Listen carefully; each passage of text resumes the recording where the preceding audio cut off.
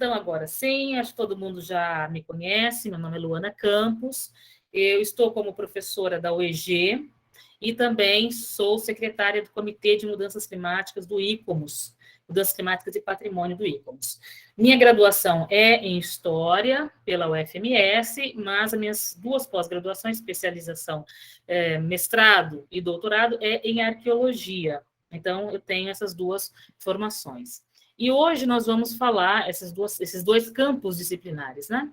Então, nós vamos falar hoje sobre os primeiros habitantes do Brasil, focando um pouco em alguns aspectos sobre os primeiros ocupantes. Nós podemos chamar todos de indígenas, desde quando, como chegaram, o conhecimento que a gente já tem, que vem lá da escola, ainda é válido.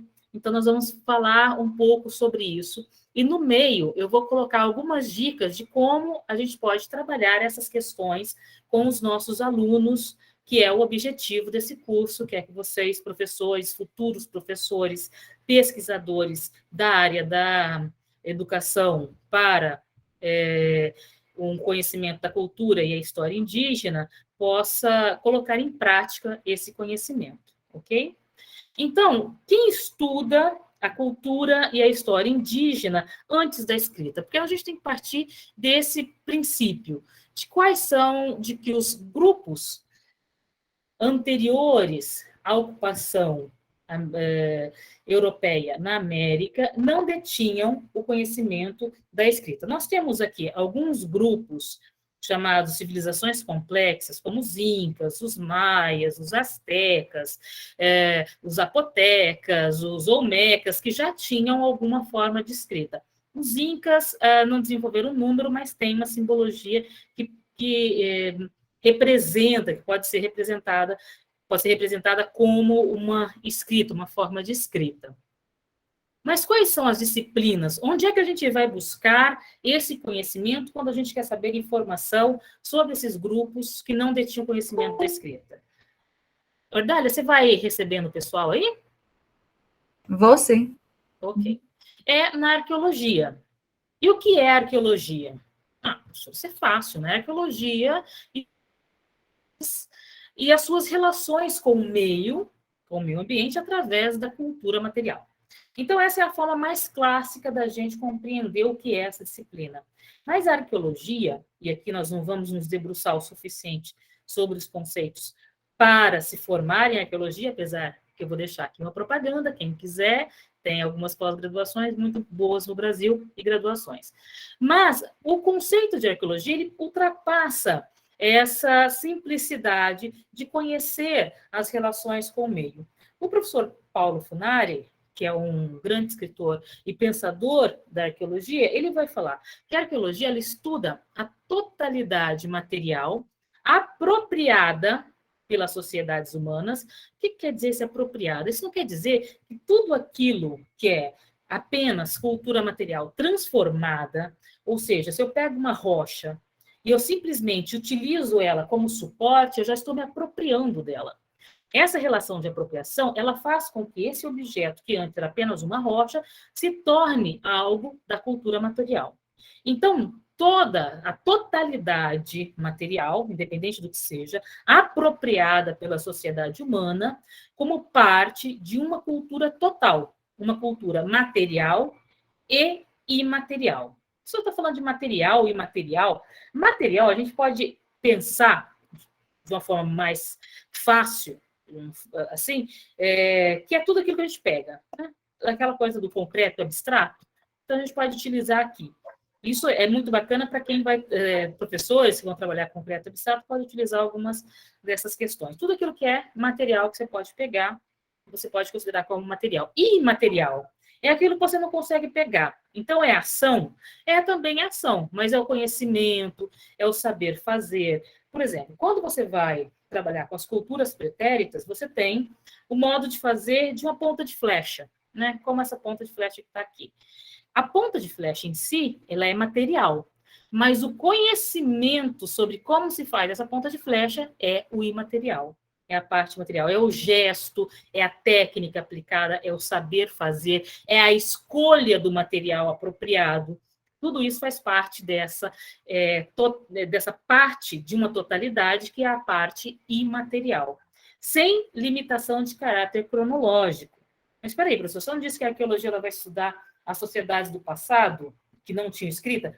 Pois é, esse foi uma forma de se entender a arqueologia no começo. Mas hoje as técnicas de arqueologia elas são aplicadas a um espectro muito maior um espectro maior de tempo para o conhecimento da cultura material. Então, tudo aquilo que tem cultura material e que se pode trabalhar com as técnicas da arqueologia, é possível utilizar a arqueologia. Por exemplo, arqueologia industrial, arqueologia histórica. Todas essas arqueologias, elas podem ser aplicadas e não se limita a um tempo lá no passado. O Roberto da Mata, ele vai fazer uma definição muito interessante, que ele vai dizer que a arqueologia é o esforço de deduzir o vivo no morto, mas é também um esforço de deduzir o morto a partir do vivo. Porque a gente para e pensa o seguinte, o passado ele não é estático. A gente tem que colocar isso de forma muito clara para os nossos alunos. Ah, mas que coisa chata estudar o passado, é uma coisa que já aconteceu. O que eu tenho a ver com isso? Não tem, primeiro, que tem a ver, porque você vai se deduzir a partir daquela forma de viver. Muito do que nós vivemos hoje é consequência, é resultado, é causalidade daquilo que aconteceu no passado. Mas também é uma dupla via. Nós olhamos para o passado com o olhar e o conhecimento que temos hoje. Na arqueologia, isso fica muito claro, por exemplo, com as técnicas novas que nós temos. Até um determinado tempo atrás, nós não tínhamos a possibilidade de estudar a genética. Nós não tínhamos decifrado o código genético, então você não tinha como olhar para o passado e saber muito mais sobre o ser humano. Hoje a gente consegue até chegar numa rota de entrada pelas Américas a partir do desenho do DNA, somente o DNA mitocondrial. Então, são formas que a gente reconstrói o passado a partir do olhar e das capacidades que nós temos no presente. A doutora Tânia de Andrade Lima, que também é uma outra arqueóloga fantástica, ela vai dizer que a arqueologia ela investiga a emergência, a manutenção e a transformação dos sistemas culturais através do tempo. Tá vendo? Ela não coloca mais isso no passado, mas como essa emergência, como essa manutenção. Lembra, na história, os historiadores vão trabalhar com os momentos de ruptura. Quando há uma revolução, quando há uma guerra, quando há uma transformação. Na arqueologia, há uma outra forma de se pensar. Nós vamos trabalhar na continuidade, na manutenção. Porque para você ter informação sobre determinado grupo, você precisa ter um conjunto que a gente chama de artefatual, que são esses vestígios do passado ou do presente, que sustentem uma determinada teoria, que sustentem uma característica para que seja suficientemente sólido para você falar alguma coisa. Por exemplo, se eu tenho um grupo, eu tenho um local, isso acontece muito aqui na região de Paranaíba, que é a minha região, onde eu encontro um único lítico, eu não posso dizer que aquele único lítico é de um grupo que morou ali. Eu posso dizer que é um grupo que passou por ali, eu posso dizer que foi trazida por um viajante, ou principalmente nas margens do Rio Paranaíba, eu encontrei, deixa eu pegar, que agora que eu lembrei que eu tenho uma.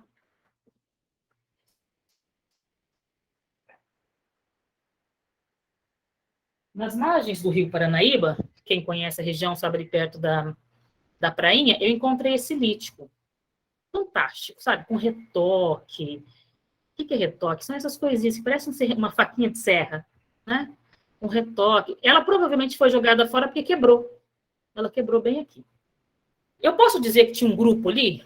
Não. Eu encontrei essa peça no parque aquático. Encontrei essa peça.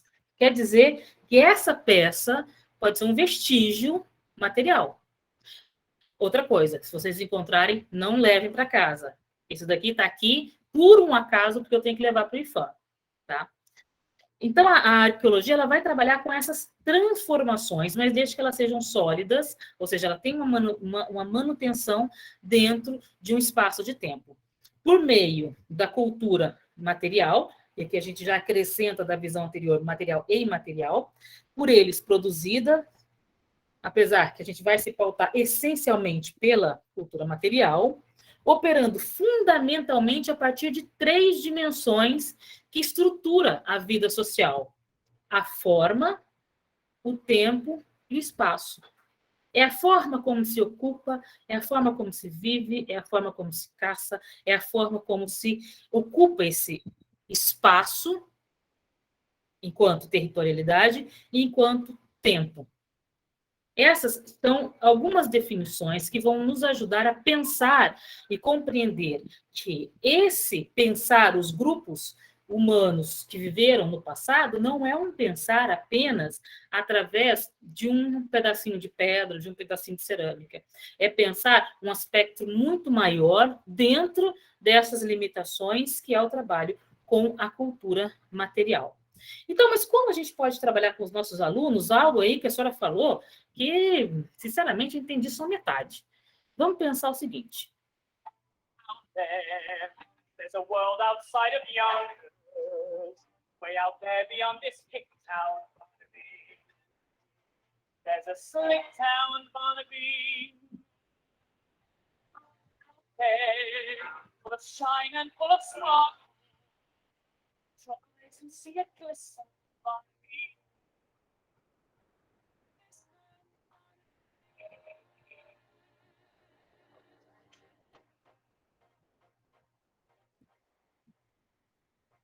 On your Sunday clothes, there's lots of work out there. Get out the brilliantine and dine together. We're gonna find adventure in the evening. House in white in a perfume night, where the lights are bright as the stars. But on your Sunday clothes, we gotta ride through town. One of those was sort of open. We'll see the shows at Delmonico's and we'll close the town in a week.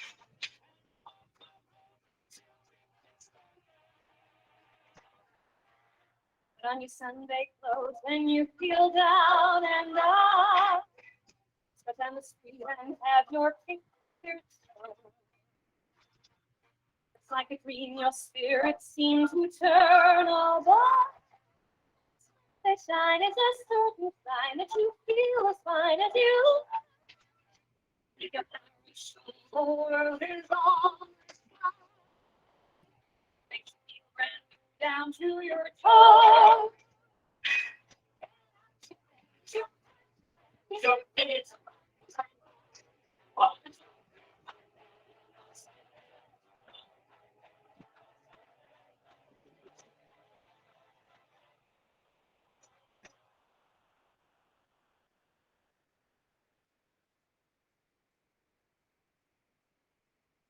Conseguiram ver? Então, esse é um trechinho que eu cortei do filme Wall-E. E eu vou fazer uma pergunta para vocês. O que esse trechinho pode nos falar de arqueologia? Ele está conhecendo a história. Eu já assisti esse filme. Ele está conhecendo a história através dos objetos que ele está encontrando. Então, ele vai criando aquele mundo. Olá, É muito interessante esse filme. E ele parece que ele vai fazendo uma seleção dos elementos. Né? Vamos levantar a mãozinha, que assim a gente faz em ordem, tá? Oara, por favor. Ele fala ali que a gente vê claramente a questão da busca por restos de cultura material. Então, você vê que ele vai encontrando aquilo, e pelo tanto de elementos que ele vê, como a senhora mesmo colocou, pode-se claramente dizer, ali houve um grupo. Muito bom, perfeito. Diogo? Dione? Dione, desculpa. Então, ele dá também um sentido diferente para os objetos, né? Os objetos têm uma função, mas ele dá uma função diferente. Então, ele cria material, digamos assim, né? Exato. É aquilo que ele imagina que é do passado que ele vai aplicar. É o que nós fazemos. A gente olha para o passado e pensa, eu acho que isso aqui foi utilizado para afiar alguma coisa. Deixa eu só desligar seu áudio aqui, a hora que está dando eco, tá? Desculpa, com licença. Eu penso que foi um afiador, mas isso aqui pode ter sido 200 mil coisas. É por isso que a gente consegue, através de um desenho, falar assim, mas eu vou trabalhar desenho com fundamental e médio? Eu trabalho com mestrado, com alunos do mestrado, esse filminho eles adoram. Porque a maioria das pessoas, eu sou uma delas, gosta de desenho, que tem uma linguagem simples, né? Você consegue ver. Ele vai dar essa interpretação para o passado. E é assim que a gente torna o passado dinâmico. É assim que a gente consegue ver o passado, ou ver a dinamicidade através do passado. A arqueologia ela vai chegar no Brasil lá com o Peter Lund, e no começo do século XIX. Poxa, mas a arqueologia não é uma coisa recente aí? Inclusive, arqueólogos são uns bichos meio estranhos, né? Que a gente vê de vez em quando. Não, na verdade, é bem antiga no Brasil. Nós temos o Peter Lund, que vai descobrir o povo de Lagoa Santa. Ele é um naturalista, que ele vai encontrar uma gruta cheia de ossos, que é ainda os ossos mais antigos que nós temos na América do Sul, e ele vai fazer toda uma teoria sobre esses primeiros ocupantes, que até hoje, 2021, nós temos novas informações surgindo acerca da Luzia, acerca daquele grupo de Lagoa Santa. A arqueologia também ela vai entrar com um valor cultural monumental, ou seja, de grande montra, para se fazer ver de fora, com Dom Pedro I, Dom Pedro II, que vai levar ali para o Rio de Janeiro uma coleção de objetos, uma coleção de arte significativa, e que vai compor depois o Museu Nacional, que pegou fogo, enfim. Então, a arqueologia no Brasil ela não é tão recente quanto isso. Nós podemos dizer que hoje, no Brasil, nós temos 2 tipos de arqueologia. A arqueologia acadêmica, aquela que se faz dentro da universidade, e a arqueologia de emergência, também chamada de arqueologia de contrato, que é aquela arqueologia onde o empreendedor precisa e paga. Nós vamos ver um pouquinho sobre ela. A arqueologia acadêmica, qual é a grande diferença entre esses dois? Mas não é tudo arqueologia? Mas tem umas diferenças muito basilares. Primeiro é a relação do tempo. Na academia, você tem tempo para ir lá pesquisar, quando tem financiamento, claro, né? Pesquisar, mas você não tem urgência. A arqueologia de contrato é aquela arqueologia que alguém vai construir alguma coisa, precisa do licenciamento ambiental, ela precisa de pedir autorização para escavar em determinado lugar. Então, quando encontra um sítio, é aquela urgência, né? Socorro, socorro, socorro, chama o arqueólogo, resgata tudo, e o arqueólogo sai catando as coisas, com uma metodologia, não é ao ermo, mas tem um tempo muito limitado. A concepção do projeto e o objetivo da pesquisa, né? A arqueologia acadêmica, ela prima pelo conhecimento da cultura material, pelo conhecimento dos mínimos detalhes.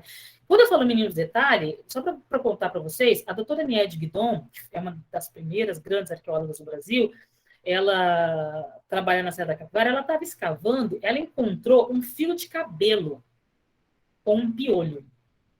Isso foi para o Rio de Janeiro, para Fiocruz, eles fizeram pesquisa, nós tivemos um monte de informações por um fio de cabelo. A mulher, ela conseguia escavar com a minúcia e a delicadeza de encontrar o fio de cabelo. Na arqueologia de contrato, você tem um tempo, o objetivo é demonstrar que o local está salvo, ou seja,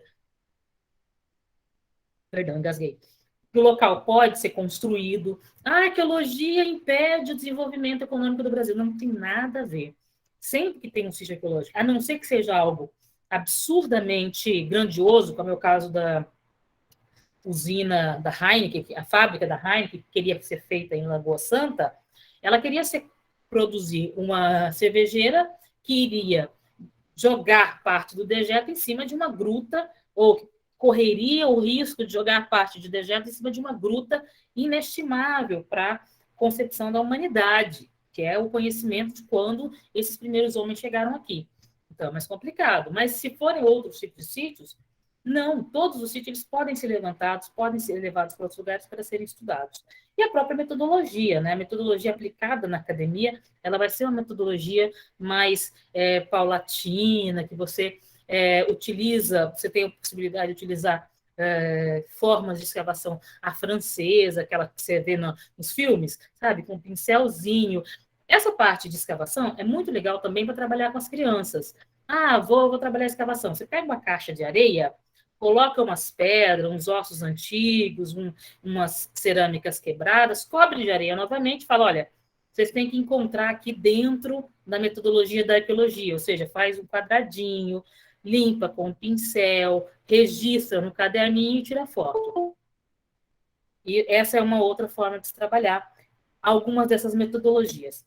Especificamente na arqueologia acadêmica, você tem a questão dos teóricos metodológicos, que é a forma de pensar o mundo que você está estudando a partir de um determinado prisma, que é esse conceito teórico metodológico. Nós temos 3 grandes prismas, nós poderia citar aqui N, mas vou pegar 3 que são os principais. O histórico-culturalista, o processualista e o pós-processualista. Professor, mas que palavrões são esses? É a forma com que a gente pensa o passado. Por exemplo, se eu vejo um determinado conjunto de grupo, o histórico-culturalista, por exemplo, ele é aquele que vai ver um determinado conjunto deixa eu pegar aqui umas canetas, um determinado conjunto de grupo, ele encontra, por exemplo, uma caneta azul. Depois ele encontra uma outra caneta azul. E ele encontra uma outra caneta azul. Então ele vai falando, olha, aqui nós temos consistentemente uma série de artefatos que me levam a entender que são grupos, que a gente pode chamar de grupos da caneta azul. Mas aí no meio eu encontro uma caneta vermelha. Peraí. Encontrei uma caneta vermelha? Uma caneta vermelha pode ser um erro, mas aí eu encontro outra caneta vermelha. Ah, peraí, você já está virando está criando aqui um padrão. Então, até aqui eu tenho o grupo da caneta azul, de repente o grupo da caneta azul para de produzir e eu passo a ter o grupo da caneta vermelha, eu tenho um outro grupo. É assim que o histórico-culturalista vai olhar para o passado. Um processualista vai dar resposta para isso. Ele vai dizer, olha, esse grupo da caneta azul, ele parou de existir porque aquilo que eles comiam parou de existir. Ou aquilo que eles caçavam parou de existir, e aí veio o grupo da caneta vermelha, que tem uma outra forma, uma outra tecnologia, uma outra forma de pensar o mundo. Os pós-processualistas vão dar uma outra resposta, vão dizer, olha, na verdade, o grupo da caneta azul teve ali um cara meio esquisito no meio, que ficou meio esquisitão, falou, ó, bora sair daqui, saíram e ficou apenas o grupo da caneta vermelha. Isso é para vocês compreenderem minimamente de como pensa ou como a gente consegue criar essas categorias, esses nomes, essas características que narram o passado. Aqui nós vamos tratar especificamente da arqueologia que trata o passado, e como a gente consegue construir essas linhas de raciocínio. É a partir da aplicação desses modelos teóricos metodológicos. Arqueologia de contrato. A arqueologia de contrato, ela vai impactar bastante a vida, principalmente nas grandes cidades, nos grandes centros, porque ela precisa estar atuando em parceria com o desenvolvimento econômico. E ela vai surgir junto com o IPHAN. Quem não conhece, o IPHAN é o Instituto do Patrimônio Histórico e Artístico Nacional. Ele que é responsável por salvaguardar, por cuidar, por proteger de todo o nosso patrimônio cultural, inclusive o patrimônio arqueológico. Então, os bens tombados, toda essa parte é com eles. O patrimônio, ele vai surgir, a preservação do patrimônio vai surgir com a ideia de identidade nacional, que é trazida por Vargas, lá na década de 30. Quando Vargas, ele quer transformar, ele entende que o Brasil... Alguém levantou a mão? Alguém quer falar? Eu, professora, é só uma pergunta. Com respeito àqueles métodos que a senhora falou, algum deles é mais utilizado, ou os três têm uma certa harmonia? Só para mim poder cristalizar. Perfeito. Esse aqui, histórico-culturalista, ele foi utilizado, foi um dos primeiros métodos que surgiu, foi muito utilizado até a década de 50. Hoje, pouco se utiliza e é quase visto como símbolo de retrocesso, né? Se alguém olha para ele surgiu na Europa, com Gordon Chidle, e hoje, se alguém olha para um arqueólogo e fala, você é histórico-culturalista, é quase como dizer, você é atrasado. Então, ele quase não se utiliza mais essa explicação. Os processualistas, eles vão surgir nos Estados Unidos, com Binford, quando você tem aquela retomada da antropologia. A antropologia ela passa a ser mais utilizada enquanto corrente, depois do evolucionismo, passa a ser utilizada por Franz Boas na América. O processualismo ele surge com essa pegada antropológica, que é algo que o Brasil ainda bebe muito.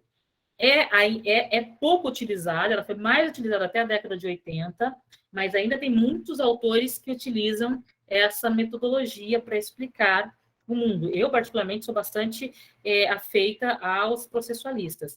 E os pós-processualistas, com Ian Hodder, ele vai ser ali década de 70 para frente, e é o que trata toda a diversidade. Então, nós temos aqui uma divisão meio cronológica. Não quer dizer que ainda não atuem, mas atuam menos. Hoje, os pós-processualistas que vão trabalhar com arqueologia feminista, que vão trabalhar com arqueologia das minorias, coisas do gênero, a arqueologia sensorial, são a maioria. Respondi? Luana, Oi. Lúcia, Perfeito. Vou pegar a deixa, né? Só para o time que deu a paradinha. Eu fiz uma pergunta no chat sobre a disponibilização dos slides. Você vai disponibilizar na sala do Google Class, ou sala de aula Google, né? Sim. Disponibilizo sim, meu caro Lúcia. Tá bom, obrigada, hein? Nada. Vocês anotem coisas pontuais, mas é bacana assim, vocês prestem atenção e tentem ir realizando, e não se preocupem tanto em anotar, em tirar print, porque depois eu passo para vocês, converto em PDF e passo para vocês, tá? Então, ali, como nós estávamos na questão da arqueologia de emergência, ela vai estar muito atrelada com o surgimento do patrimônio. E esse patrimônio ele vai passar a ser valorizado no Brasil mais com a Era Vargas. Então, na década de 30, Vargas vai pedir para o Gustavo Capanema, que é o então secretário de Educação e Saúde lá no Rio de Janeiro, ele falou, olha, eu quero aqui que você identifique para mim uma identidade brasileira, que você organize isso. E na década anterior, o que estava acontecendo, que vinha o burburinho, eram os modernistas, com a Semana de Arte Moderna. O Capanema vai chamar Rodrigo de Melo Franco, que vai ser o primeiro presidente do IFAM, e vai chamar o Mário de Andrade. Fala, Mário, é o seguinte, nós precisamos pensar o que é a cultura, o que é o patrimônio brasileiro, o que é a identidade do Brasil. O que a gente, quando a gente falar do Brasil, o que a gente vai ver? E nesse momento, Mário vai escrever o chamado anteprojeto do patrimônio, que vai dar origem à lei, o decreto-lei, que ainda é válido, decreto-lei 25, que ele organiza a proteção do patrimônio histórico e artístico nacional e define que constitui o patrimônio histórico e artístico nacional o conjunto de bens móveis e imóveis existentes no país e cuja conservação seja de interesse público, quer por sua vinculação a fatos memoráveis da história do Brasil, quer por seu excepcional valor arqueológico, ou etnográfico, ou bibliográfico ou artístico. E é essa lei, né, esse decreto-lei, que vai caracterizar todo o tombamento, que vai dar valor aos bens culturais. Ele surge especificamente como uma resposta ao que está acontecendo na época, que é a destruição do sambaquis. O sambaqui, para quem não sabe, é um amontoado de rocha. Quando eu falo amontoado, é uma montanha mesmo. Estou falando de coisas assim de 10, 15 metros de altura, cheias de concha, sedimento. Concha, areia, ponta de flecha, enterramentos. Então, tudo tem nesses sambaquis. A gente não tem ainda um consenso do que eram esses sambaquis, mas a gente sabe que tem muitas informações aqui que precisam ser estudadas. Aí o que acontece? Vargas, juntamente com esse Defina a Identidade do Brasil, ele estava naquele processo. Pessoal, precisamos construir, precisamos desenvolver o Brasil. Brasil, bora para frente, para frente, para frente, para frente. E a construção começou a ganhar fôlego nesse momento. E esse sambaquis, por ter um acumulado de concha muito grande, ele servia como jazida de calcário. E é um momento em que as pessoas iam lá, as empresas iam lá, em segundos destruíam estruturas. Só para vocês terem uma ideia, isso tudo aqui é um sambaqui. Olha o tamanhozinho das pessoas aqui. Destruiu em segundos o que demorou-se 7, 8 mil anos para se formar. Nós temos sambaquis de até 8 mil anos conhecido. E nesse ímpeto de vamos construir, o patrimônio já estava reconhecido como valor, nós já temos arqueologia funcionando no Brasil, nós temos, só para vocês terem uma ideia, alguns sambaquis aqui na costa do Brasil que chegam até 8 mil anos. Esses sambaquis eles são encontrados principalmente nas zonas do litoral, né? Conchinha, você imagina, né? Vai pegar conchinha, no litoral ou nas zonas estuarinas, nas zonas de estuário. Então, nessa loucura de vai destruir, não vai destruir, o decreto-lei não era suficiente para proteger o patrimônio arqueológico. Então, em 61, no apagar das luzes do Jânio, foi sancionada a lei que dispõe sobre os monumentos arqueológicos, fazendo com que tudo o que é patrimônio arqueológico passe a ser protegido pela União. Passa, por todos os efeitos, a ser bem patrimonial da União. E precisa ser protegido. Por isso que eu falei, esse material está aqui para me levar para o IFAM e depois servir de amostra, mas todo o material é bem do IFAM. Hoje, nós temos mais ou menos isso no Brasil. Aí a pessoa fala, mas para que proteger essas coisinhas aí? Por que essas coisinhas aí, que é um montinho de pedra, ou montões de pedra, montões de material, eles são importantes para a gente conhecer parte da nossa identidade, parte da identidade do Brasil e parte da identidade dos nossos antepassados. Nós temos aqui, nesse meio, alguns sítios com mais de 30 mil anos de ocupação.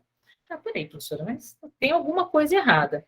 Porque se for 30 mil anos, pois 30, talvez 50 mil anos ou mais, né? Já temos jogado um pouco mais para cima. 5 mil anos aqui na região do Mato Grosso, em Santa Helena. 12, 15, 20 mil anos. 20 mil anos eles não aceitam muito, mas 15 mil anos aqui na região de Minas Gerais. Essas datas são consenso? Não. Não são consenso, principalmente essas mais antigas, porque não se acredita que possam ter chegado homens nesse período. Porque eu acho que vocês vão lembrar, o que nós estudamos na escola é que o homem chegou pelo Estreito de Bering, né? Só que esse Estreito de Bering, que é essa pontezinha de gelo que se forma entre o norte aqui da Sibéria e o Alasca, ela precisa ter condições ambientais muito específicas para se formar. Quem assistiu aí a Era do Gelo?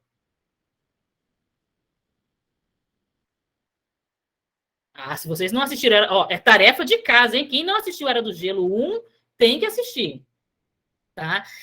A Era do Gelo é muito bacana para a gente trabalhar isso com os nossos alunos. Como chegaram os primeiros indígenas, os antecedentes dos primeiros indígenas? Quando o trio lá, o mamute, a preguiça e o dente-sabre estão correndo para passar a passagem de gelo, porque de repente ela vai fechar, é por conta disso, porque está se formando uma nova era do gelo. Se o máximo termal, que a gente usa os termos técnicos, né? Se o máximo termal do Pleistoceno, ou seja, o período mais frio do Pleistoceno, chegasse, e teve vários momentos que isso aconteceu, criaria-se uma barreira aqui, uma parede de gelo, e não se passava. Então, você tem janelas para se passar aqui. E essas janelas não têm coincidido com as datações que têm se encontrado, principalmente no sítio da Serra da Capivara, que é o sítio que a doutora Niede Guiton pesquisa.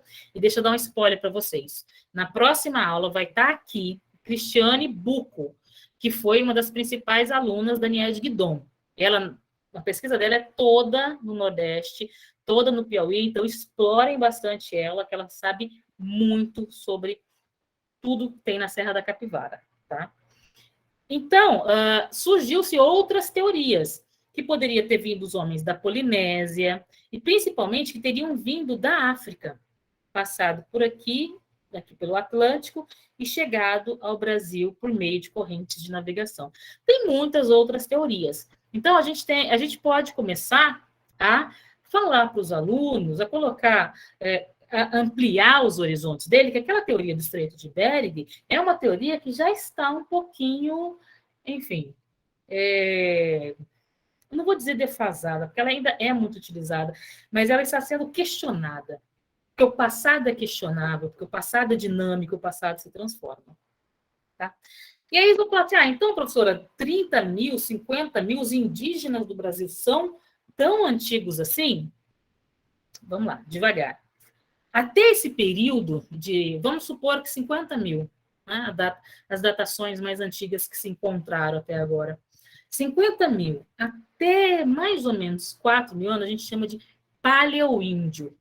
Seriam os avós dos nossos índios, os pais e os avós dos nossos índios.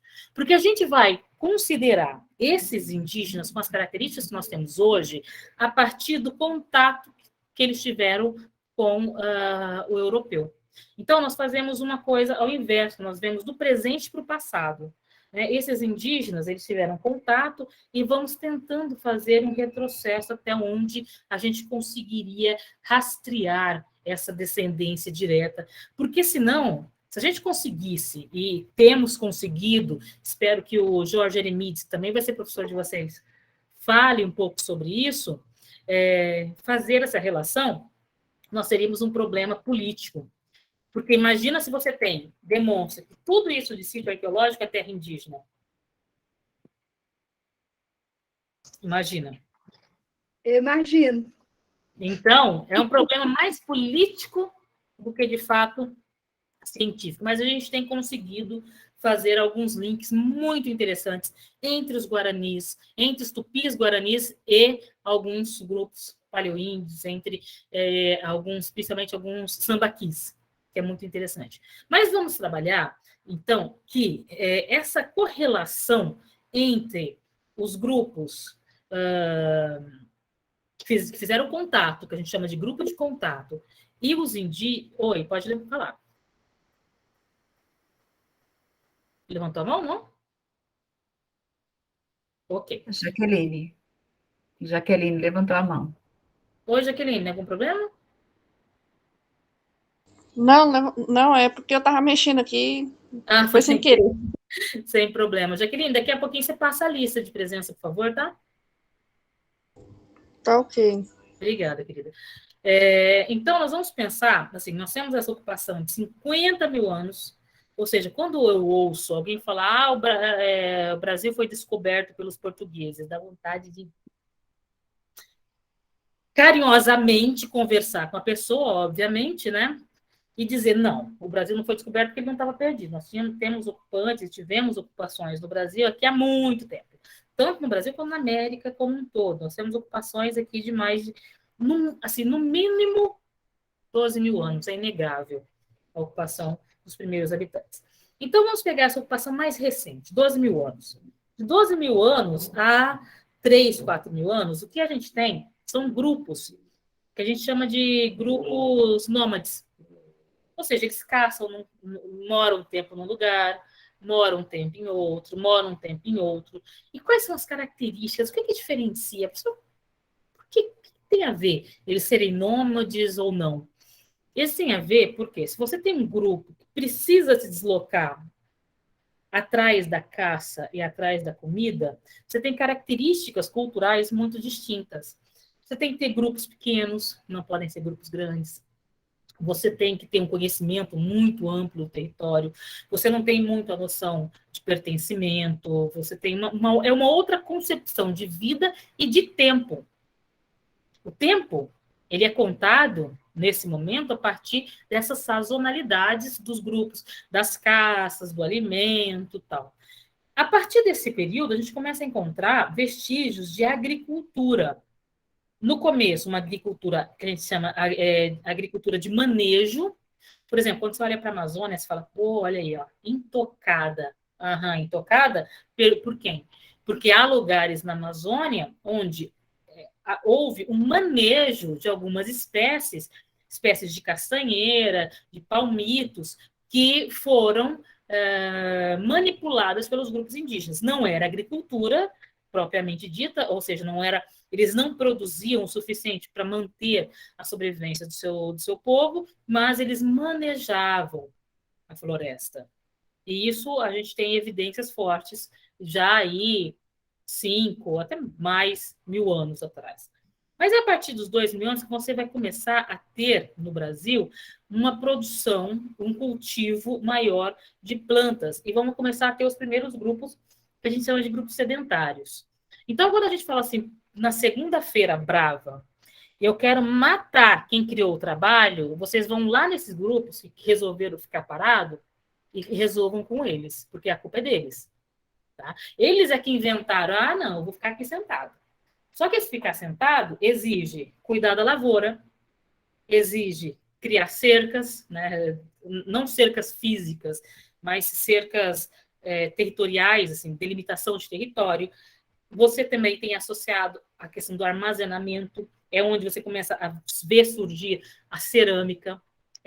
Tudo isso vem desse processo que a gente chama de revolução neolítica ou revolução agrícola, para a gente trazer mais para a nossa realidade. Então, essa domesticação desses alimentos, tubérculos e outros, vai criar as características dos grupos indígenas que nós temos hoje. Outra coisa bem legal aqui para trabalhar com os nossos alunos, aí o pessoal da biologia...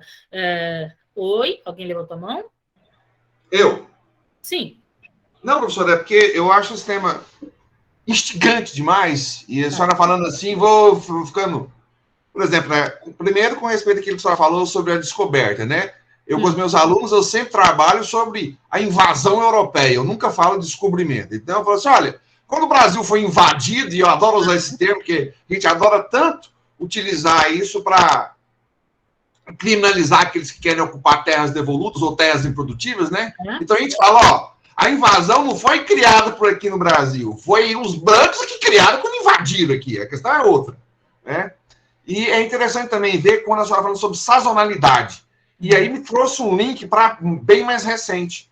Quando os meus avós, eles moravam no interior e na roça, muito, muito bruto ainda.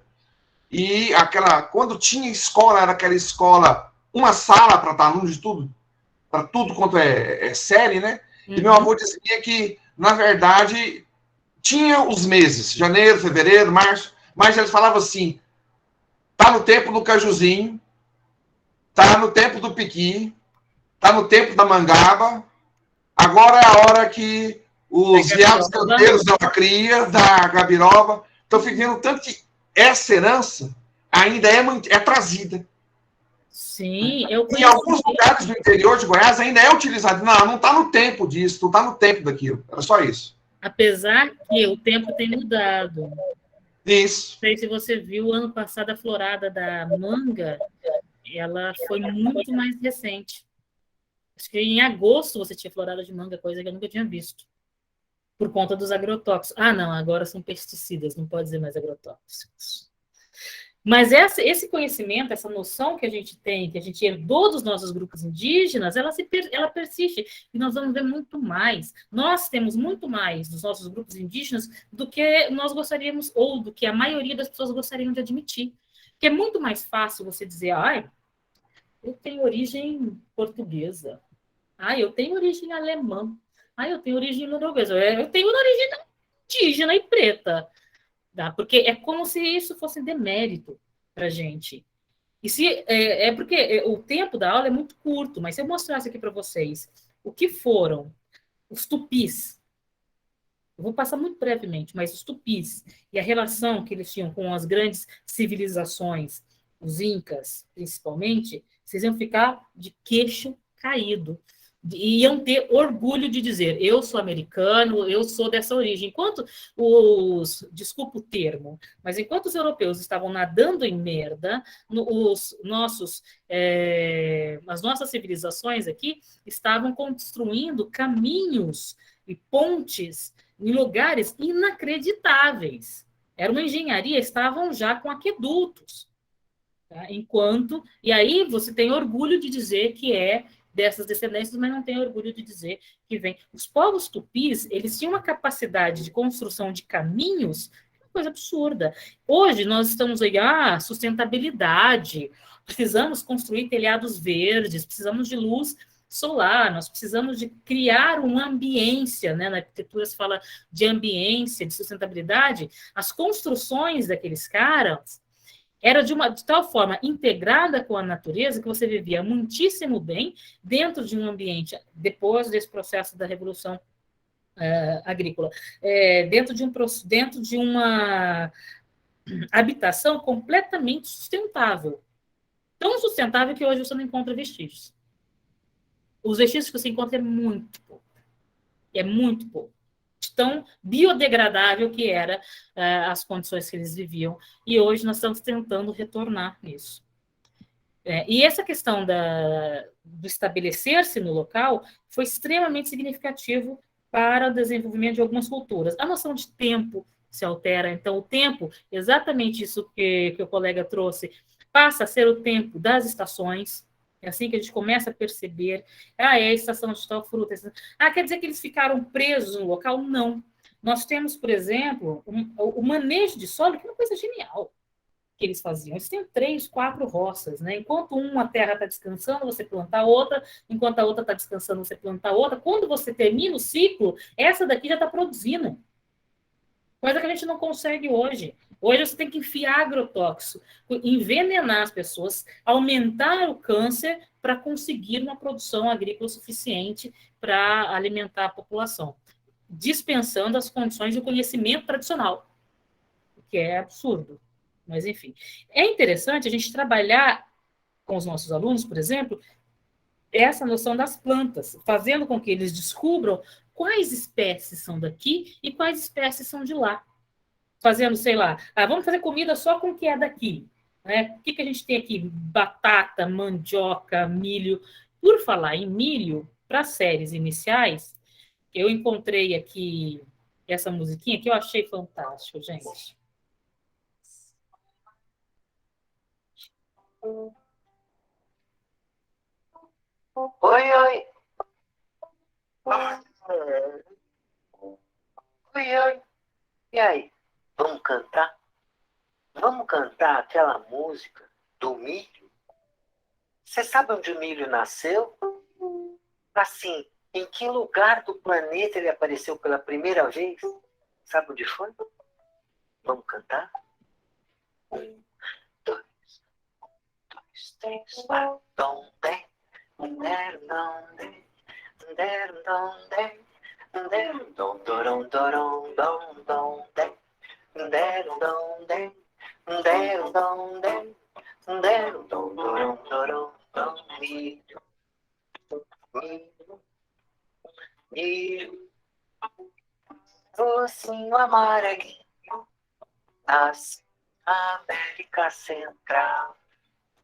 Uau, uau, uau, uau, milho, milho, milho, se genial, virou internacional.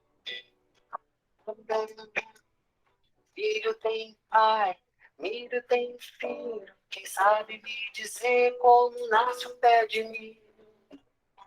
Tchac, tchac, tchac, na terra fofa, tic, tchac, tic, o caro sim vai dormir.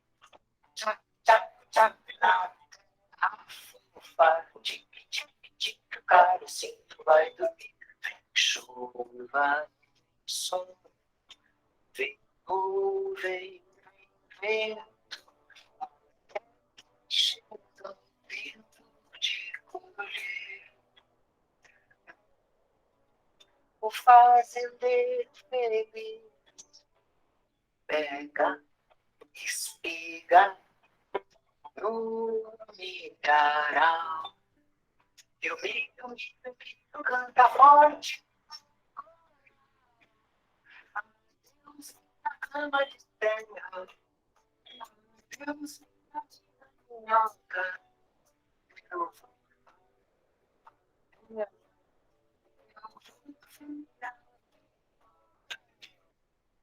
Muito bonitinho, não é, gente? Quem não conhecia, para trabalhar com as séries iniciais, é uma fofura. Pelo menos eu achei bonitinho. Tomara que vocês tenham gostado. Para tratar um pouco, até com as outras séries, né? Que a gente pode tratar essas questões indígenas e a relação com a terra a partir dessas plantas iniciais. Então, como eu disse, nós temos o olhar do presente, do contato para trás, para pensar essa questão da arqueologia. Dentro já desse espectro de grupos sedentários ou semissedentários, que a gente tem mais aqui no Brasil um regime de semissedentarismo, quando os portugueses chegaram no Brasil, quando os europeus chegaram, o que eles encontraram foi isso. Toda a costa e a faixa interior do Brasil, principalmente vinda pelas zonas fluviais, toda ocupada por grupos indígenas. Todo esse arco, né, esse ciclo que vai se formada por tupis, por grupos indígenas da tradição tupi, de língua tupi, e no centro do Brasil, especialmente, nós temos os grupos macro-Gs.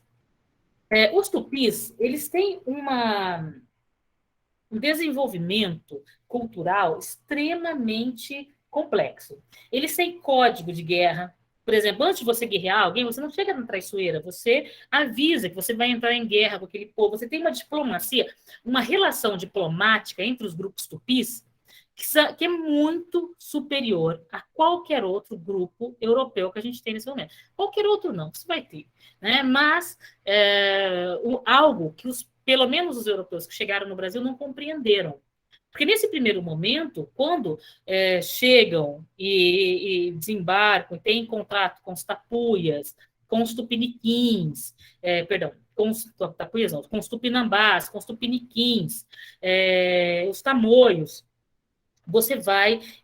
esses grupos, eles vão tentar uma relação com esses estrangeiros, porque era essa a política diplomática deles. Né? Vamos tentar tratar aqui, já que nós chegaram os nossos visitantes, vamos tentar lidar com eles. O índio era idiota, o índio era bobo. Não, o índio ele era diplomático.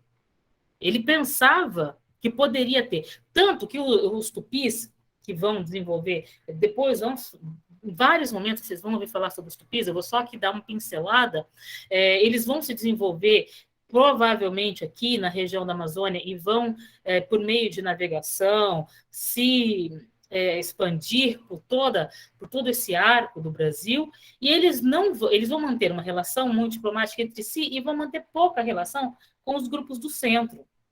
Porque esses grupos do centro, aqueles que não eram tupi, aqueles que não falavam essa língua, ou as derivações dessa língua, eram chamados de tapuias, que eram os outros. Né? Inclusive, essa região central, hoje é muito difícil de se mapear, porque com a chegada dos europeus, eles vão sendo empurrados para o centro e vão se misturando. Então, além de você ter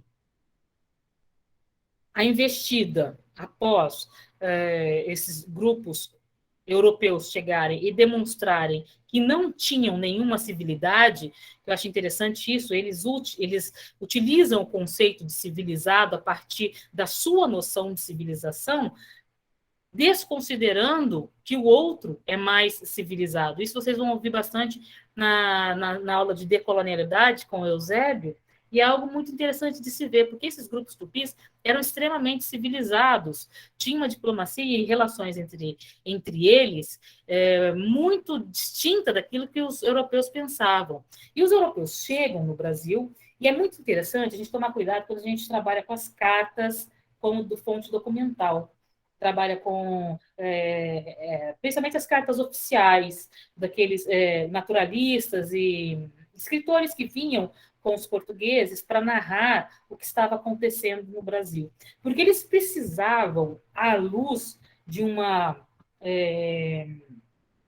opinião pública europeia, justificar o massacre e o domínio que estava acontecendo. Então, eles utilizavam, eu acho que vocês já ouviram falar, sem lei, sem rei e sem fé. Eles utilizavam dessas formas pejorativas para dizer, olha, pobrezinho desses indígenas que chegaram aqui. Então, foi se criando no imaginário popular uma característica desses grupos indígenas que perpassou o tempo e perpassou as barreiras europeias e chegaram até a nossa Constituição do que é o bom indígena, o indígena cordial, aquele que, coitadinho, que é pouco civilizado, que precisa de ter uma atenção. Pobrezinho, se não tivessem chegado os europeus, eles teriam morrido de fome, pobrezinhos. Olha aí, não tem lei, não tem rei, não tem fé, precisam ser catequizados. Então, é toda uma propaganda política que é feita mesmo, propaganda, para justificar esse momento, esse processo de colonização. Então, todo o olhar que é feito para os grupos indígenas nesse momento, de fora, é feito nesse sentido. O que se encontra aqui é meia dúzia de aborígenes, de pessoas que não têm conhecimento de civilização. E, pelo contrário, o que se obtinha aqui era uma civilização imensa, com uma cultura gigantesca que foi praticamente toda apagada. Agora sim. Oi, pode falar. Alguém levantou a mão? Não? Fui eu.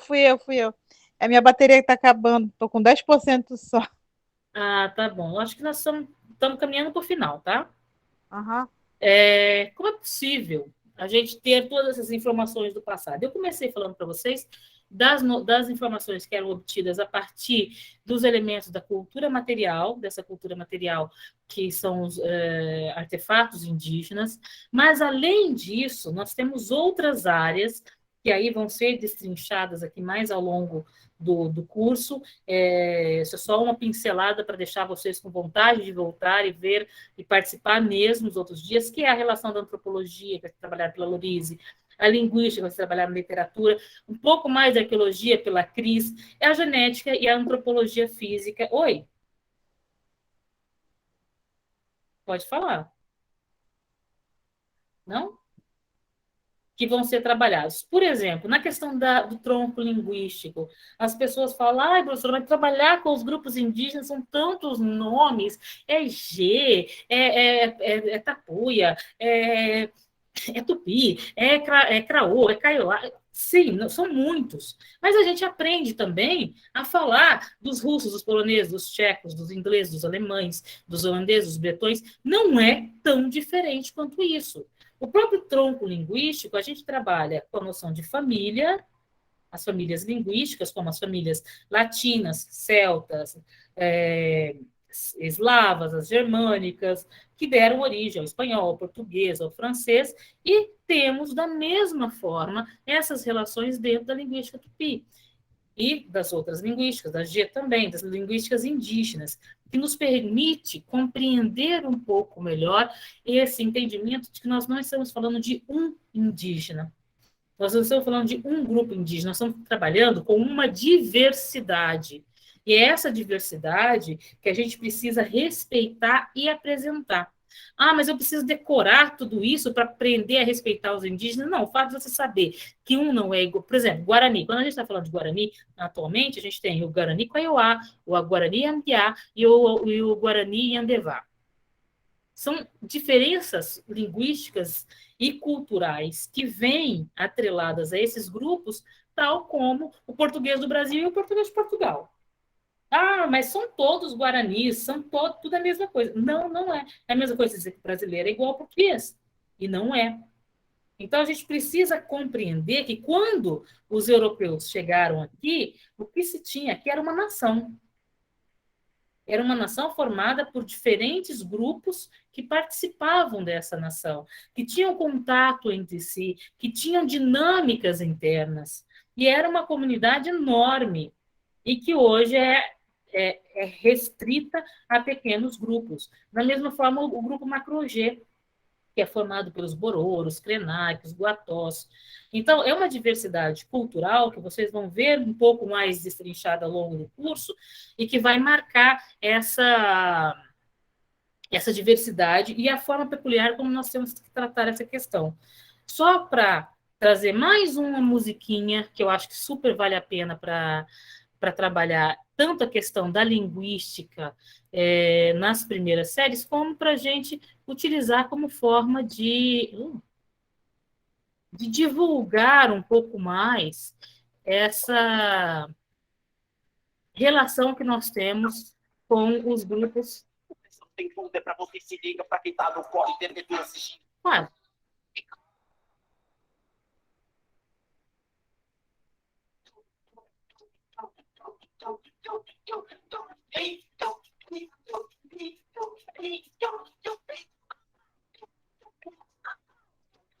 Tem um pouco de índio dentro de si, dentro de si.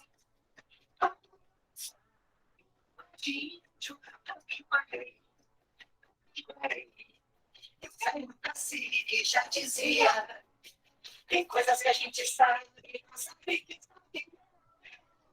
Cuidando pelo Brasil, sim, deu nome pra tudo que viu. Se o índio cantou, se o índio falou, se o índio chamou,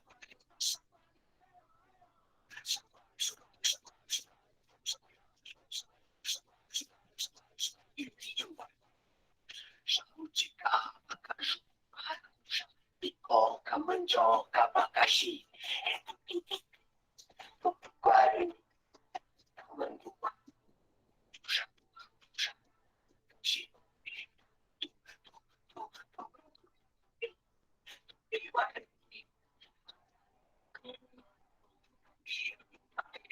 sabe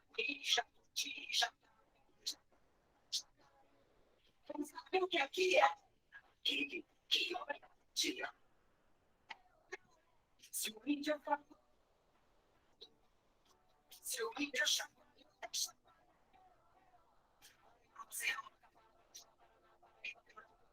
daí vou ter que outro dia e o tantã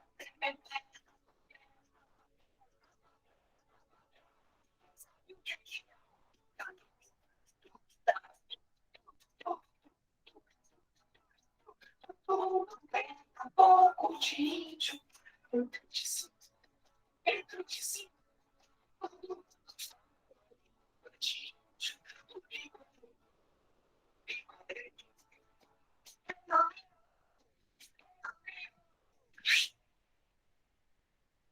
Gente, eu acho essa musiquinha muito show de bola. E dá para trabalhar um monte de coisa a partir dela. Além da linguagem, além desta... não queria utilizar um termo europeu, mas dessa complexidade que traz a cultura tupi, trazer também alguns elementos que são de língua tupi, que a gente acha, nossa, essas questões, esses nomes indígenas são tão difíceis, mas que fazem parte do nosso dia a dia, que a gente fala, que a gente se apropria e muitas vezes não sabe do que se trata. E é muito interessante a gente utilizar esses elementos, assim como utilizar a cerâmica, né? Alguns elementos da cultura material que são característicos de algumas culturas e que podem nos ajudar a perceber a diferença entre esses grupos humanos. Alguma dúvida? Não, nenhuma. Tudo tranquilo até agora. Ok. Agora eu vou passar uma atividade para vocês. Eu vou pedir para que vocês assistam esse vídeo e tentem pensar, a partir desse vídeo que vai ser mostrado,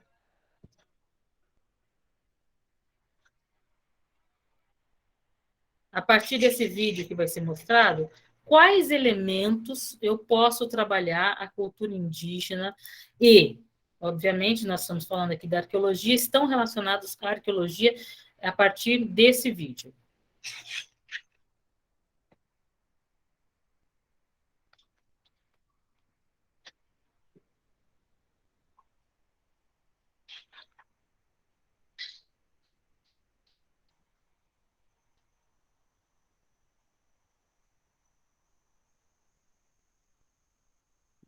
O vídeo não tem som, não, né? Não. Tem sonzinho lá no fundo dos passarinhos.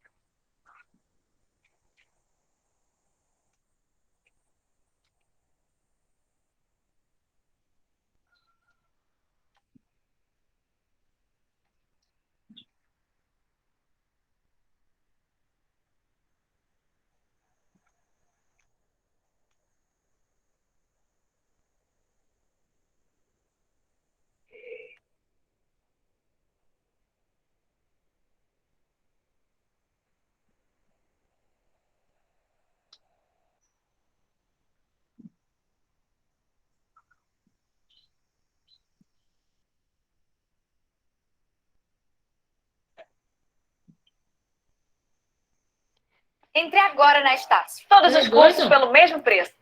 Eu, hein? Se o YouTube dá um susto na gente.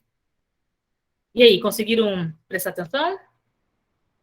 Ok. Então, quais elementos desse vídeo a gente pode correlacionar com cultura material? Vou começar com o mais fácil. O que ali é cultura material? Posso falar? Por favor. Ah, você não, Éder. Oi? Você... o Éder. Tem? Oi? Não entendi. Você já viu essa aula? Não, mas é porque tem uns itinerários formativos por área na escola, e aí eu tô falando um pouco sobre arqueologia.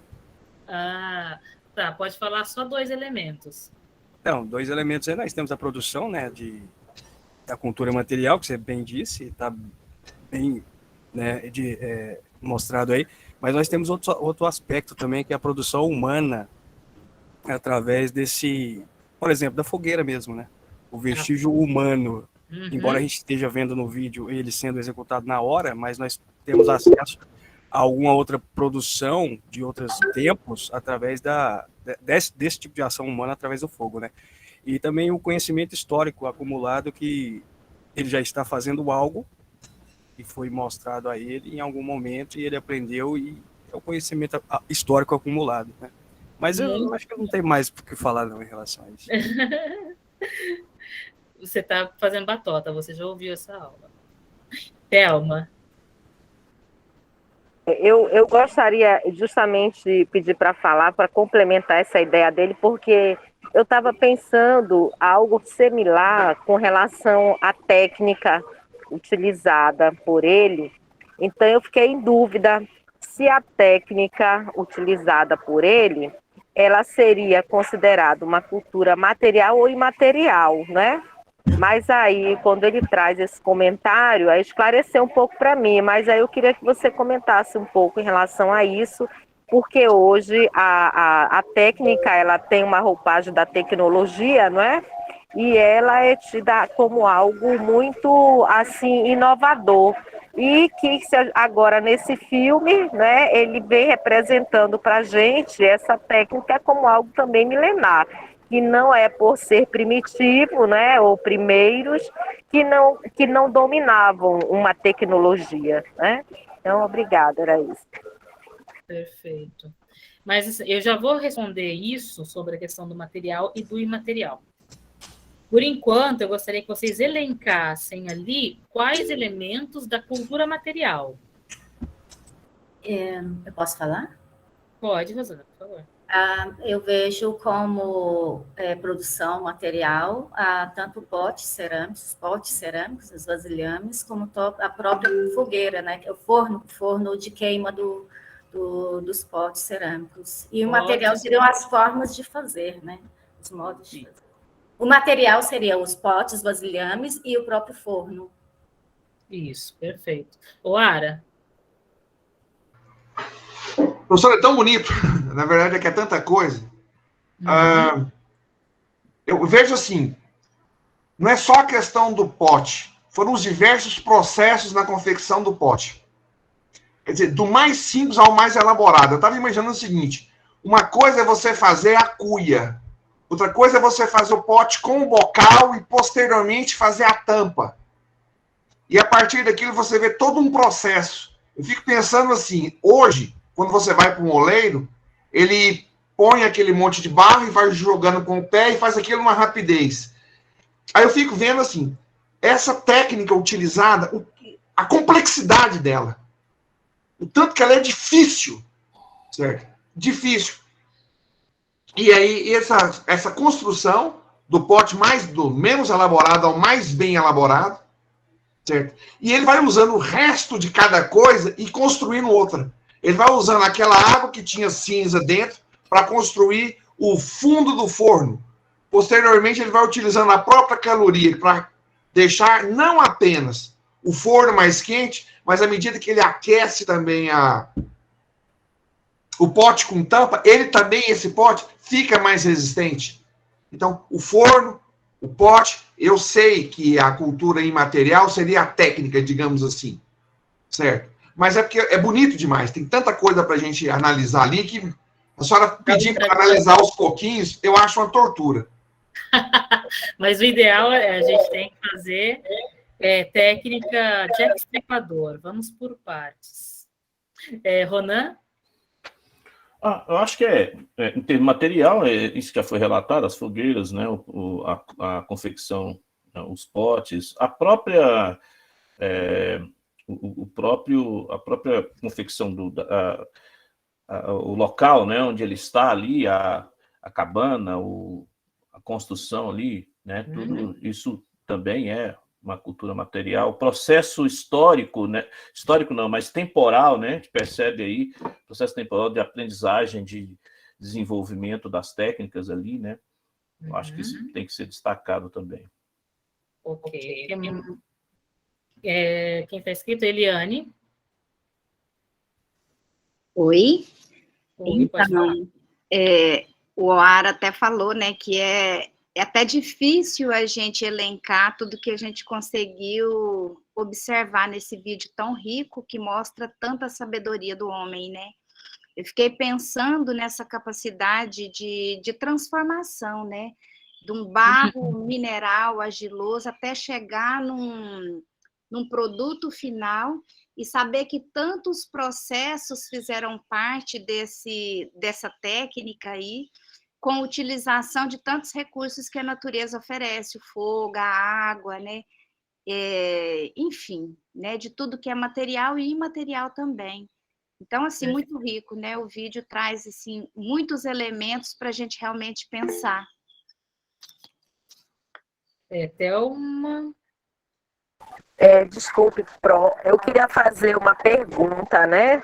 De repente, com a fala aí da colega, e também de Oara, se de repente essa cultura material e imaterial, elas se interligassem.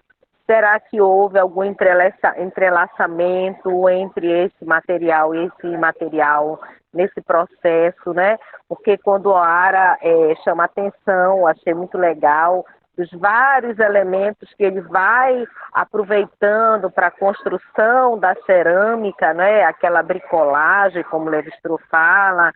Então, se de repente esse material e imaterial houvesse também um entrelaçamento.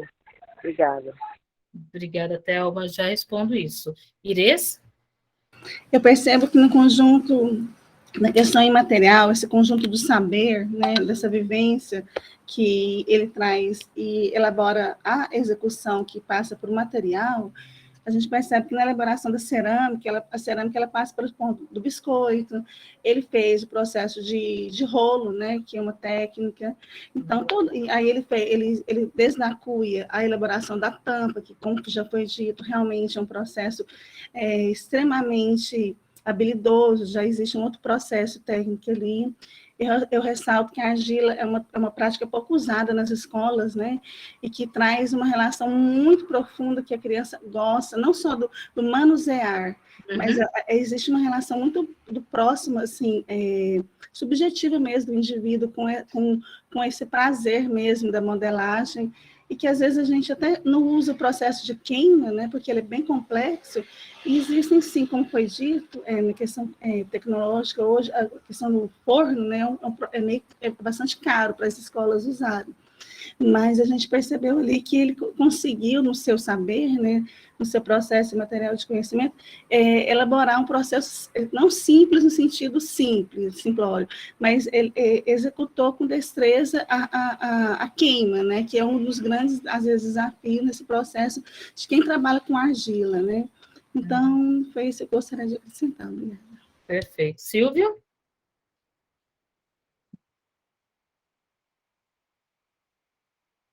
Silvio levantou a mão? Sim, agora, né? Liguei. Bom dia. A produção do vídeo é fenomenal, fantástica. E eu eu ministro aula de história, minha formação é geografia, né? Mas amo a história e amo natureza demais da conta. E o que eu posso dar de visão do é que o ser humano, ele precisa muito, né, cultivar e tratar esse saber, porque através desses conhecimentos, né, milenares e históricos, né, que ficam, o vídeo deixa isso bem claro, na minha visão, que o ser humano, ele é um elo fantástico, né, entre esse material e o imaterial, através do conhecimento que ele pratica e transmite pelo passar dos anos. É isso. Perfeito, Silvia, muito obrigada. Varluce, pode falar. Não, eu só queria dizer que a colega a anterior, acho que é a Iris, né? Ela falando da questão do trabalho, da importância do trabalho com argila nas escolas, né?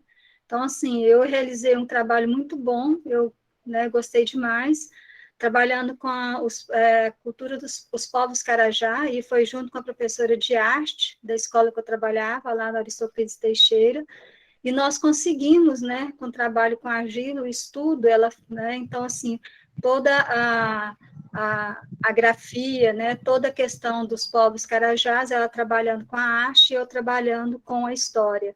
E aí nós compramos as argilas, os alunos fizeram os seus objetos, né, utilizando a grafia Carajá, e nós conseguimos, lá no Jardim Pompeia, tinha uma pessoa com um forno que queimava queimaram as nossas peças. E aí nós levamos, né, fomos lá no bairro com as crianças, né, com os estudantes, queimou, nós levamos a peça, pegamos de volta, fizemos as pinturas, né, então, assim, utilizando o genipapo, o urucum, né? Então, assim, foi muito, muito, muito interessante, muito bom. E eles adoram, gente, é uma forma, assim, da gente realmente realizar, é muito significativa, tenho certeza que para esses estudantes, né, ficou muito trabalho, muito significativo, foi muito bom. E isso em parceria com a professora de arte. Então, assim, é um trabalho muito difícil, a gente não consegue atingir todas as turmas, mas uma turma, né, em particular, uma turma ou outra, a gente consegue trabalhar, porque com todos os alunos, a gente realmente exige muito do professor, né? Então, assim, tempo e tudo isso, mas é possível, tá? Cristiane? Cristiane, levantou a mão? Oi, tudo bem? Eu Sim. tenho depoimento, a minha filha já, hoje com 22 anos, há 10 anos atrás ela teve essa aula, estudou, né? E eu tenho aqui a prova. Ai, que lindo! Sala de aula, cada aluno. Muito interessante. E aconteceram dessa forma que nós estamos estudando hoje. Hoje ela está com 22 anos, quando ela fez esse pote, ela tinha 10 anos de idade. Olha, muito bom. A gente estudando aqui, eu fui lembrando. Por coincidência, hoje eu estou na fazenda e está aqui na estante. A gente obras na estante que elas confeccionaram na escola. E é para a vida, né, Cris? A vida. E ela não dá e não deixa jogar fora, não. Está lindo. Não, não pode jogar fora, não. Isso faz parte da memória. É a materialização da memória. Que lindo. Isso aqui vai dela quando casa dela. Pessoal, eu acho que assim, a gente pode trabalhar com aquilo que a gente tem. Nós fizemos essa atividade presencial, eu passei esse vídeo, os professores trabalharam com argila, que nós trouxemos argila, e acredite, a gente olha e fala assim, mas uma coisa tão simples, tão fácil. Os professores que estavam aqui penaram, porque aí eles viram na prática o que é trabalhar com argila, que não é necessariamente fácil. Professora, mas aí pensando, por exemplo, o Silvio é um professor de geografia, ele pode nos dizer, tem argila em todo lugar? Geograficamente, tem argila em todo lugar? Você pode ter no solo uma quantidade de argila, mas você pode não ter argila suficiente para fazer esse material. Então, já isso é um link para trabalhar uma outra disciplina. A outra forma, mas na minha região não tem argila, como é que eu faço? Trabalha com massinha. Professor, mas massinha é cara, então trabalha com farinha de trigo. Farinha de trigo misturada, coloca... professor, mas eu não tenho forno. Então, coloca no sol para secar. Pode ser que não dure tanto tempo, mas vai estimular e você vai conseguir trabalhar a cultura material, a noção de cultura material com esses alunos. Cristiane, você queria falar? Está desligado, está desligado. A argila não tem em todos os lugares mesmo, não. No lugar que as terras rosas não tem. De levar de um lugar para o outro. Aqui, por exemplo, na minha cidade, eu sou de Tumbiara, Goiás. Aqui a gente tem tinha, né, a fábrica de telhas, lá a gente conseguia. Esse material da minha filha, por exemplo, eu busquei na fábrica de telhas. Eles doaram para a escola na época. E hoje, em Tuitaba, aqui perto, também tem as fábricas, né, de telhas, tijolo. E aqui em Tumbiara, hoje, a gente acha nas lojas que vendem arranjos, né? Já vem argila e potinho prontos. Uhum. Na maioria das cidades você consegue encontrar argila em lojas que vendem, mas algumas comunidades não têm dinheiro para comprar, né? Então tem outras opções para trabalhar. Oi, Rosana, pode falar. Eu queria perguntar, voltando à questão inicial do que seria a produção material. Sim, então, deixa eu... Não, vai, então, já que você vai falar, talvez você responda a minha dúvida.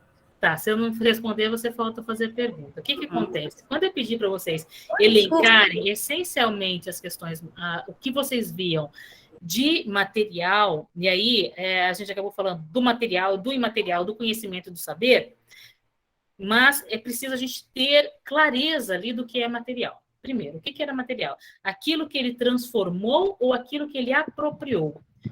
No que é material, todos vocês falaram daquilo que ele transformou.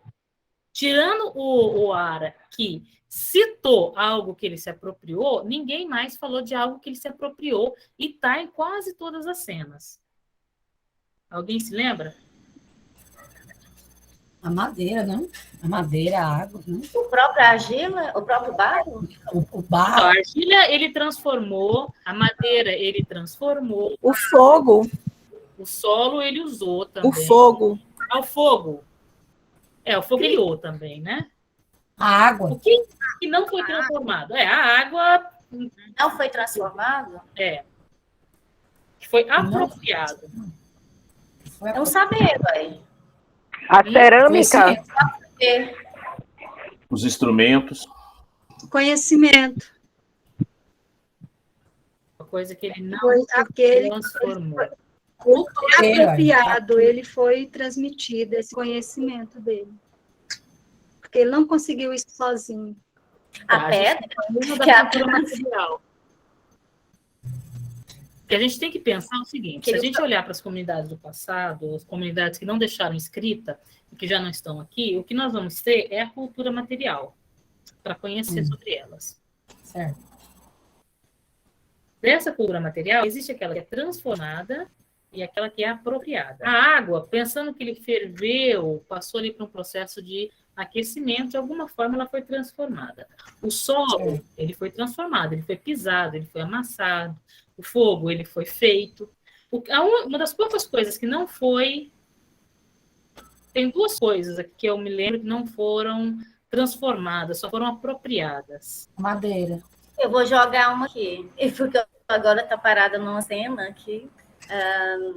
Bom, essa pedra que serve como base é algo que precisa para que se faça o objeto. Exatamente. Essa pedra que serviu como base. Ela estava aqui? Muito provavelmente não. Então, é todo um trabalho, uma abstração intelectual que ele teve para ir em algum lugar, encontrar uma pedra que fosse retinha, do jeito que ele queria, trouxe essa pedra. Mas olha, por que a senhora está pontuando essa questão da transformação e da não transformação? Para trabalhar esse conceito do que é cultura material. Aquilo que é cultural precisa necessariamente ser transformado pelo homem. E o que a gente, às vezes, passa batido, e isso é uma noção que a arqueologia nos ajuda a pensar, é que alguns elementos eles não são somente transformados, eles podem ser apropriados. Com o tempo vai ficar uma marca, com o tempo é possível, com o tempo fica uma marca. Aí sim você tem um processo de transformação. Mas, em princípio, que você tem uma apropriação, não necessariamente uma transformação. E é uma noção interessante. Outra que foi o próprio Ari que falou é o negocinho de abanar, né? Que ele abanava o fogo ali, que me parecia que não era transformado. Agora, uma outra pergunta que eu vou fazer para vocês. Imaginemos que nós estamos falando de uma comunidade paleoindígena, que aquele senhor lá fosse um paleoíndio. Qual daqueles elementos da cultura material não deveria estar ali? Está fora do seu tempo?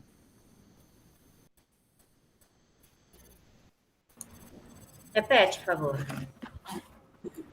Imaginemos que nós estivéssemos falando de um paleoíndio, de um indígena antes de antes do conhecimento, antes do contato. Sem ser a roupa, sem ser o homem. Imaginando que ele é sem ser o homem que está produzindo. Da cultura material que ele fez, nós pensássemos, antes do contato, antes da chegada dos europeus, qual o elemento que estaria fora de ordem ali, não está no seu tempo? Olha, Luana, eu não tenho certeza, porque depende de determinados grupos, né? Então, assim, o Brasil cada região, né, dependendo dos grupos, né, dos povos indígenas, mas eu creio que é cerâmica, embora a cerâmica marajoara, a gente já tem anos, né? Então, assim, se não é a cerâmica, ou fogo, então, assim, eu já fico, né? É algo que para nós é tão comum que passa batido, porque fala assim, normal. Mas será que os grupos indígenas, antes da chegada do europeu, conhecia Isso aqui que ele faz? Para abanar lá, que ele usa para... Ok. É, a cerâmica, né? O pote. O pegar da tampa, né? O pegador. A tampa. Qual cerâmica indígena você já viu um tampa? Nenhum. Eu não lembro, né? Mas eu associei a cerâmica a todo o ato, né? Toda a tecnologia, né? E aí, dependendo do grupo indígena, ele não tinha não utilizava, né, essa tecnologia, né? Sim, alguns grupos não utilizam rolinho, por exemplo, se você pegar grupos mais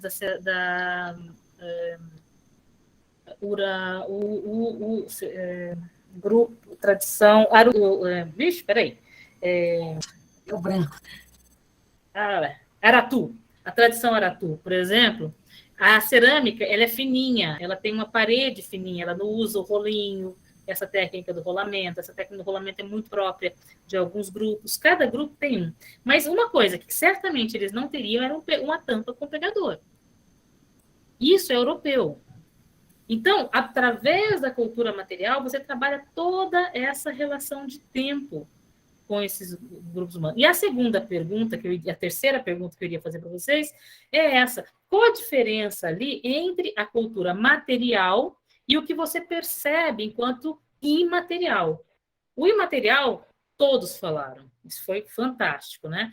O saber fazer, o coletar o barro, aonde coletar o barro, como fazer o fogo, o conhecimento que é transmitido de uma geração para outra, de como fazer esse fogo, ou de saber que precisa ferver a água para saber se a panela está resistindo, ou se deixa ela impermeabilizada. Todo esse processo faz parte de um saber fazer, de um conhecimento e de que é passado de geração em geração através da oralidade.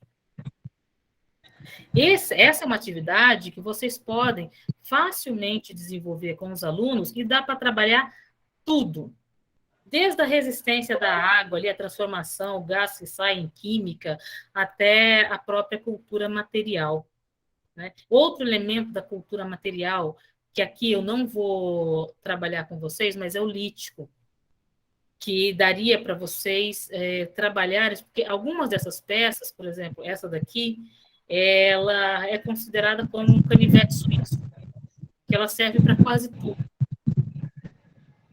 E assim, só para a gente finalizar, uma última dinâmica, que é uma dinâmica que super fácil para a gente trabalhar, que é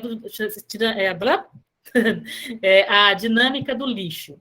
Eu preciso de um rapaz e de uma menina para ler. Quem que pode ser? Rosane e Ioara. Para ler, né? Isso. Aqui, isso. Eu vou ler aqui e vocês começam. O rapaz é a primeira linha, a moça é a segunda linha. Sempre assim, tá? Tem como ampliar? Então, peraí. Encontrar os áreas de serviço, cada um com seu pacote de lixo. É a primeira vez que eles falaram. Nossa, tá Bom dia. Bom dia. A senhora do 610? E o senhor do 600 e pouco? É. Eu ainda não lhe conhecia pessoalmente. Pois é. Desculpe a minha indiscrição, mas tenho visto o seu lixo. O meu quê? O seu lixo. Ah! Reparei que nunca é muito. Sua família deve ser pequena. Na verdade, sou só eu. Notei também que o senhor usa muita comida em lata. É que eu tenho que fazer a minha própria comida. E como não sei cozinhar... Entendo. A senhora também... Me chama de você. Você também perdoe a minha indiscrição, mas tenho visto alguns restos de comida em seu lixo. Champignons, coisas assim. É que eu gosto muito de cozinhar, fazer pratos diferentes. Mas, como moro sozinha, às vezes sobra. A senhora... Você não tem família? Tenho, mas não aqui. No Espírito Santo? Não, eu falo, né? Não, é ele mesmo. Ah, como é que você Deixa sabe? os envelopes no seu lixo, do Espírito Santo. Mamãe escreve todas as semanas. Ela é professora? Isso é incrível. Como foi que você adivinhou? Pela letra no envelope. Achei que era letra de professora. O senhor não recebe muitas cartas, a julgar pelo seu lixo. Pois é. No outro dia, tinha um envelope de telegrama amassado. É. Mas notícias? Meu pai morreu. Sinto muito. Ele estava bem velhinho, lá no sul. Há tempos não nos víamos. Foi por isso que você começou a fumar? Como é que você sabe? De um dia para o outro, começaram a aparecer carteiras de cigarro amassadas no seu lixo. É verdade. Mas consegui parar outra vez. Eu, graças a Deus, nunca fumei. Eu sei, mas tenho visto uns vidrinhos de comprimido no seu lixo. Tranquilizantes. Foi uma fase, já passou. Passou não. Você brigou com o namorado, certo? Isso você também descobriu no meu lixo? Primeiro, o buquê de flores com cartãozinho jogado fora. Depois, muito lenço de papel. Chorei bastante, mas já passou. Mas hoje ainda tem os lencinhos. É que eu estou com um pouco de coriza. Ah! Vejo muita revista de palavras cruzadas no seu lixo. Sim. Bem, eu fico muito em casa, não saio muito. Sabe como é? Namorada? Não. Mas alguns dias tinha uma fotografia de mulher no seu lixo. Tá bonitinha. Eu estava limpando as gavetas. Coisa antiga. Você não rasgou a fotografia. Isso significa que, no fundo, você quer que ela volte. Você está alisando o meu lixo. Não posso negar que seu lixo me interessou. Engraçado. Quando examinei o seu lixo, decidi que gostaria de conhecê-lo. Acho que foi a poesia. Não. Você viu meus poemas? Vi e gostei muito. Mas são muito ruins. Se você achasse eles ruins mesmo, teria rasgado. Eles só estavam dobrados. Se eu soubesse que você ia ler... É isso? Só não fiquei com eles porque, afinal, estaria roubando. Se bem que, não sei, o lixo da pessoa ainda é propriedade dela? Acho que não. O lixo é domínio público. Você tem razão. Através do lixo, o particular se torna público. O que sobra da nossa vida privada se integra com a sobra dos outros. O lixo é comunitário. É a nossa parte mais social. Será isso? Bom, aí você já está indo fundo demais no lixo. Eu acho que... Ontem no seu lixo... O quê? Me enganei. Ou eram cascas de camarão? Acertou. Comprei uns camarões graúdos e descasquei. Eu adoro camarão. Descasquei, mas ainda não comi. Quem sabe a gente pode... Jantar juntos? Não quero dar trabalho. Trabalho nenhum. Vai sujar a sua cozinha? Nada. No instante se limpa tudo e põe os restos fora. No seu lixo ou no meu? Uma salva de palma para os nossos atores. Bravo! Excelente! Excelente. Obrigada, Rosana. Obrigada, Ara. Ficou super jogo. Pessoal, então, esse é o texto O Lixo... cadê? O Lixo de Veríssimo. Luiz Fernando Veríssimo. Eu coloquei aqui só para... Eu coloquei aqui para vocês verem, com uma atividade super simples, que dá para fazer com os alunos. E o que nós fizemos aqui, quando nós estivemos presencial, nós preparamos alguns saquinhos com lixos para eles interpretarem algumas coisas da vida das pessoas. Uma dinâmica muito bacana. Porque, basicamente, é isso que o arqueólogo vai fazer. Ele vai trabalhar com o lixo, aquilo que foi descartado, aquilo que não sobra mais, que não foi utilizado mais, que foi jogado fora, e a gente busca interpretar, fazer isso com os autores especialistas. Laura, quer falar? Vou colocar também esse texto no Classroom para vocês poderem ter acesso a ele. É um texto simples e que dá um resultado bem bacana com os alunos. E falando aí rapidamente de um outro artefato, artefato que a gente utiliza, mas que vocês vão utilizar bastante na próxima aula, é sobre a arte rupestre próximo da região de vocês. Ok. Ufa, quase que não dá tempo. Já estava começando a ficar preocupada com o horário. Pessoal, agora estou disponível para perguntas, questões. Espero que vocês tenham gostado da aula. Espero que tenha sido divertido para vocês. Gostei muito de ter dado para vocês. E fico à disposição.